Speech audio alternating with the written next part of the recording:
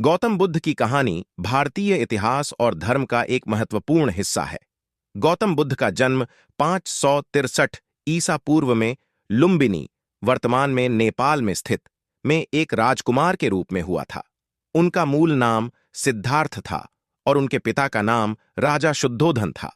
उनकी माता का नाम महामाया देवी था, जो सिद्धार्थ के जन्म के कुछ समय बाद ही चल बसीं। शुरुआती जीवन सिद्धार्थ का जीवन सुख सुविधाओं से भरा हुआ था।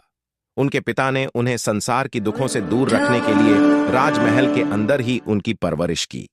सिद्धार्थ का विवाह यशोधरा से हुआ और उनके एक पुत्र था, जिसका नाम राहुल रखा गया। सन्यास। एक दिन सिद्धार्थ ने महल के बाहर जाकर वृद्धावस्था, बीमारी और मृत्यु का सामना देखा। इन दृश्यों ने उन्हें गहरे सोच में डाल दिया और उन्होंने संसारिक जीवन की नश्वरता को समझा। इससे प्रेरित होकर उन्होंने 49 वर्ष की आयु में अपना घर, परिवार और राजमहल छोड़ दिया और संन्यास ले लिया। उन्होंने सत्य की खोज में जंगलों में तपस्या की और विभिन्न गुरुओं के पास जाकर ज्ञान प्राप्त करने का प्रयास किया। ज्ञान की प्राप्ति सिद्धार्थ ने कठोर तपस्या की, लेकिन उन्हें यह अनुभव हुआ कि आत्म पीड़ा से सत्य की प्राप्ति संभव नहीं है। अंततः बोधगया में एक पीपल वृक्ष के नीचे ध्यान करते हुए उन्हें ज्ञान की प्राप्ति हुई और वे बुद्ध, जिसका अर्थ है ज्ञानी या जागृत व्यक्ति, बन गए। धर्म का प्रचार।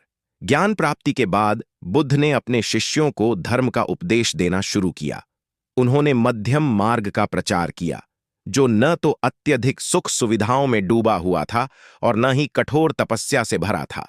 उनके प्रमुख उपदेशों में 4 आर्य सत्य, दुख का कारण, दुख की समाप्ति और दुख समाप्ति का मार्ग, और अष्टांगिक मार्ग, सम्यक दृष्टि, सम्यक संकल्प, सम्यक वाणी, सम्यक कर्म, सम्यक आजीविका, सम्यक प्रयास, सम्यक स्मृति और सम्यक समाधि शामिल हैं। महापरिनिर्वाण। गौतम बुद्ध ने 80 वर्ष की आयु में कुशीनगर, वर्तमान उत्तर प्रदेश, भारत में महापरिनिर्वाण प्राप्त किया। उनके उपदेश और जीवन से बौद्ध धर्म की नींव पड़ी, जो आज भी विश्व के कई हिस्सों में प्रचलित है।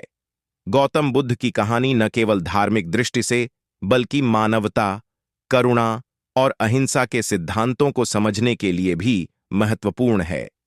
चैनल को सब्सक्राइब करो। सभी भाई को जय भीम, जय संविधान।